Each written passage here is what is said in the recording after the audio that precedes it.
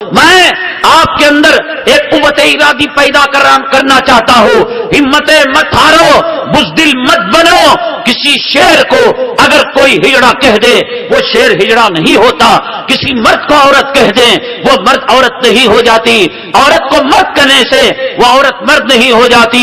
اس طریقے سے ہماری تاریخ پرامن ہے، ہماری تاریخ صاف ہے.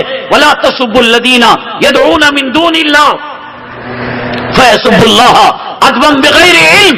ہمیں ان کے معبودان باطلا کا اعزاز کرنے کا، اکرام کرنے کا، گالیاں نہ دینے کا ہمیں حکم دیا گیا ہے. پھر مسلمانوں کس جرم کے اندر ہمارے نوجوانوں کی زندگی کو تباہ اور برباد کیا جاتا ہے؟ کس جرم کے اندر ہماری امت کی ماں اور بہنوں کی عزت و آبرو کو لوٹا جا رہا ہے؟ کس جرم کے اندر آسام کی سرزمین کے اندر ایک ماں کے گود سے دودھ پیتے بچے کو چھین کر کھولتی ہوئی کڑائی کے اندر ڈالا جا رہا ہے اور ماں کو اس حالت کو، اس منظر کو دیکھنے پر مجبور کیا جا رہا ہے؟ کس جرم کے اندر گجرات کی سرزمین کے اندر ایک حاملہ عورت کے پیٹ کو پھاڑ کر ہوا میں اڑا کر ترشول کے اندر چبا کر اس کو آگ کے حوالے کیا جاتا ہے؟ کیا بگاڑا اس ملک کا؟ اللہ کی عزت و جلالت کی قسم مسلمانوں، تم نبی کی سیرت کسی اور عالم کو بلا کر سن لینا. جہیز کا ناصور، معاشرے کی خرابی، شادیوں کی برائیاں اور کسی عالم سے سن لینا. میں احساس کمتری کو ختم کرنے کے لیے آیا ہوں، مردانیت کے جوہر پیدا کرنے کے لیے آیا ہوں. میں یہ دیکھنا چاہتا ہوں کہ خنسا خولا کی گودوں میں پلنے والے بچے معاذ اور معوض بن جائے. میں یہ دیکھنا چاہتا ہوں کہ نوجوان داڑیاں مڑا کر ہجڑوں کی زندگی گزارنے کے بجائے ان کی صفوں میں کوئی خالد ابن ولید نظر آئے، ان کی صفوں کے اندر کوئی محمد بن قاسم نظر آئے، ان کی صفوں کے اندر کوئی محمود غزنوی نظر آئے، ان کی صفوں کے اندر کوئی ٹیپو سلطان نظر آئے، ان کی صفوں کے اندر کوئی سلطان صلاح الدین ایوبی نظر آئے.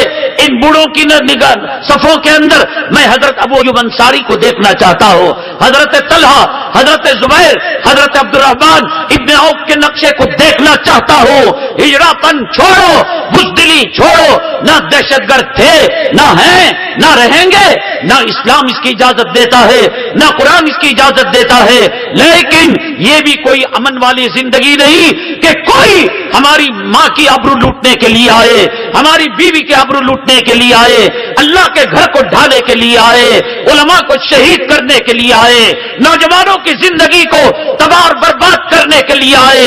قرآن جہاں نماز کا حکم دیتا ہے، قرآن جہاں زکات کو اسلام کا اہم ترین فریضہ قرار دیتا ہے، قرآن اور اسلام جہاں حج بیت اللہ کو، رمضان کے روزے کو، وہی قرآن تو مسلمانوں یہ کہتا ہے وَأَعِدُّوا لَهُم مَّا اسْتَطَعْتُم مِّن قُوَّةٍ وَمِن رِّبَاطِ الْخَيْلِ تُرْهِبُونَ بِهِ عَدُوَّ اللَّهِ وَعَدُوَّكُمْ کہ تم اگر تمہاری ماں کی آبرو لوٹنے آئے تو تم یہ کہو گے اہلا و سہلا مرحبا، ویلکم، خوش آمدید، آئیے ہم پرامن زندگی، ہجڑوں کی زندگی، ہاتھوں کے اندر چوڑیاں پہن کر، کان کے اندر بالیاں ڈال کر ہم بزدلانہ زندگی گزار رہے ہیں.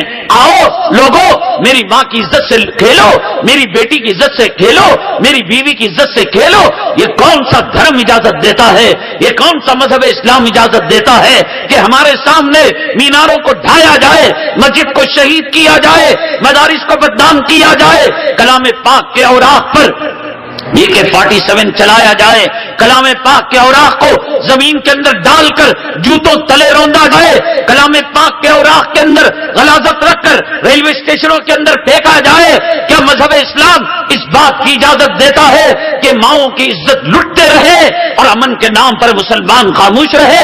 کیا اللہ کے حبیب پاک جناب محمد رسول اللہ صلی اللہ علیہ وسلم نے نہیں فرمایا من قتل دون عزه فهو شہید؟ جو اپنی عزت، اپنی ماں کی عزت، اپنے قوم کی عزت، اپنے مسجد کی عزت، اپنے مدرسے کی عزت، اپنے وہ علماء جو نبی کے جانشین ہیں، نبی کے وارثین ہیں، ان کے بچانے کے لیے مر جاتا ہے. بدر میں مرنے والا شہید، احد میں مرنے والا شہید، تبوک میں مرنے والا شہید. تو آپ نے فرمایا من قتل دون ماله فهو شہید، من قتل دون عزه فهو شہید. عزت بچانے، مال بچانے، کارخانہ بچانے، مسجد بچانے مدرسہ بچانے، اپنی قوم کا نام و نشان بچانے مرنے والے کو کیا شہید قرار نہیں دیا گیا؟ اس کے لیے کیا تیاری کی؟ داڑیاں مڈا کر اور فلموں کے رنگ ٹون اپنے موبائل کے اندر رکھ کر، ان کے گانے رکھ کر، وہ گانے کہ جس کے اندر ایک رنڈی عورت شرمگاہ کو اچھال اچھال کر سبحان اللہ کہتی ہے، اپنے کولوں کو مٹکا کر ماشاء اللہ کہتی ہے، اپنے سینوں کو ایک رنڈی، ایک فاحشہ، ایک بدکار عورت گھما گھما کر الحمدللہ کہتی ہے۔ مسلمانوں، اللہ کے حبیب پاک جناب محمد رسول اللہ صلی اللہ علیہ وسلم نے سچ فرمایا، اذا لم تستحی فاصنع بما شئت، غیرت اگر تجھ میں نہیں ہو، شرم نہ ہو، حیا نہ ہو، جو چاہے تو کر لے۔ بتائیے مسلمان، اللہ کا نام رنڈیوں کے ساتھ جڑ رہا ہے، اللہ کا نام شرمگاہ کی طرف اچھالنے کی طرف منسوب ہو رہا ہے۔ آج اپنے موبائل کے اندر ایسے گانے رنگ ٹون کے طور پر نہیں رکھا ہوا ہے۔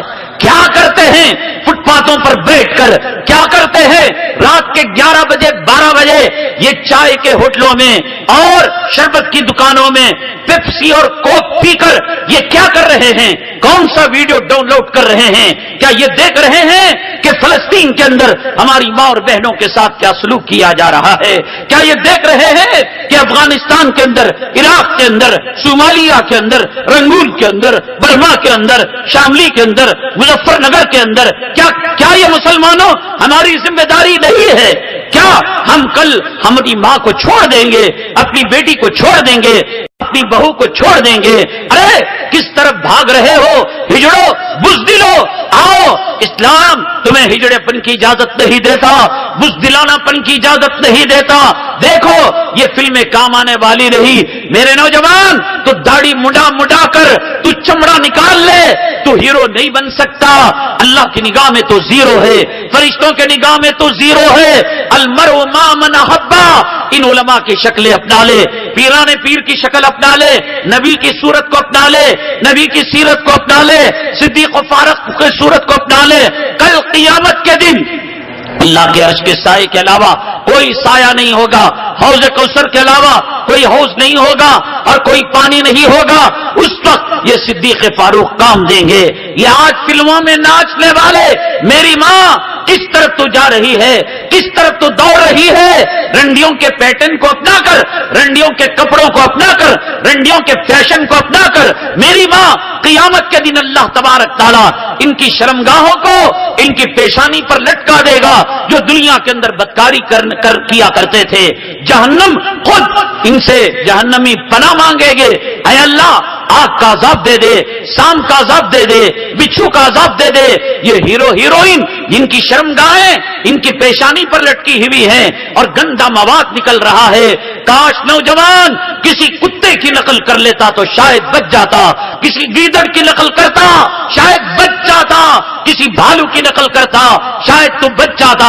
ان فلموں میں کام کرنے والے، کتا کھانے والے، سور کھانے والے، زنا کی طرف رغبت دلانے والے شہوت آمیز کلمات سے نوجوانوں کی شہوت کو بھڑکانے والے اور عزت و آبرو کو لوٹنے کے طریقے بتانے والے آج ان کے چہرے تو بنا رہا ہے، آج ان کے لباس کو تو اپنا رہا ہے۔ آج کا مسلمان یہ کہتا ہے ارے بھائی الیکشن کے اندر کیا ہو گیا؟ اللہ تعالیٰ کیا رحم نہیں کرتا؟ کیا اللہ تعالیٰ کرم نہیں کرتا مسلمانوں پر؟ آج مسلمان کی صورتحال کیا ہو گئی؟ کس پارٹی کے رحم و کرم پر جو مندر بنانے کا، رام مندر بنانے کا جو ہے مینیفیسٹو رکھتی ہے، اپنا ارادہ رکھتی ہے، کشمیر کے خصوصی مراعات کو ختم کرنا چاہتی ہے، ہندوستان کے اندر مسلمانوں کے حقوق کو پامال کرنا، حق راہ دہی کو ختم کرنا، کیا ہو گیا؟ اللہ تعالیٰ کی قدرت، اللہ کی بدر کی نصرت، اللہ تعالیٰ کے وہ فرشتے نازل کردہ کہاں چلے گئے؟ داڑھی مڑے کیا تیری مدد کی جائے گی؟ رنڈیوں کے کپڑے پہنانے والے کیا تیری مدد کی جائے گی؟ علماء کی پگڑیوں کو اچھالنے والے، اللہ کے گھر کو ویران کرنے والے، سود کھا کر اللہ کے حبیب پاک جناب محمد رسول اللہ صلی اللہ علیہ وسلم نے فرمایا ادنا گناہ یہ کہ ماں کے ساتھ 36 مرتبہ زنا کرے، ماں کا بلاత్కాر کرے، سود کھا کر ماں کا بلاత్కాر کرنے والے، کیا تجھے پارلیمنٹ کی سیٹیں دی جائے گی؟ پارلیمنٹ کے سیڑھیاں تجھے دی جائے گی؟ یہ تو میرے حبیب پاک جناب محمد رسول اللہ صلی اللہ علیہ وسلم کے جوتوں کا صدقہ ہے کہ داڑھی مڈا کر تو بچا ہوا ہے، قرآن پڑھنا نہیں آتا، کرکٹ کا ریکارڈ جانتا ہے، فلموں کا ریکارڈ جانتا ہے، اور گانوں کا ریکارڈ جانتا ہے، کھیلوں کا ریکارڈ جانتا ہے، اور انا اعطینا والعصر کے علاوہ تیسرا سورہ پڑھنے نہیں آتا، دعائے قنوت معلوم نہیں، ماں کا جنازہ لگا ہوا ہے، باپ کا جنازہ لگا ہوا ہے، اور امام صاحب سے ریکویسٹ کر رہا ہے، امام صاحب مجھے جنازہ پڑھانے نہیں آتا، میں پراپرٹی کا حقدار ہوں، میں زمین کا حقدار ہوں، آپ نماز جنازہ پڑھائیے، تجھے اللہ کی مدد چاہیے، اللہ کی مدد لینے کے لیے کوئی استحقاق نہیں،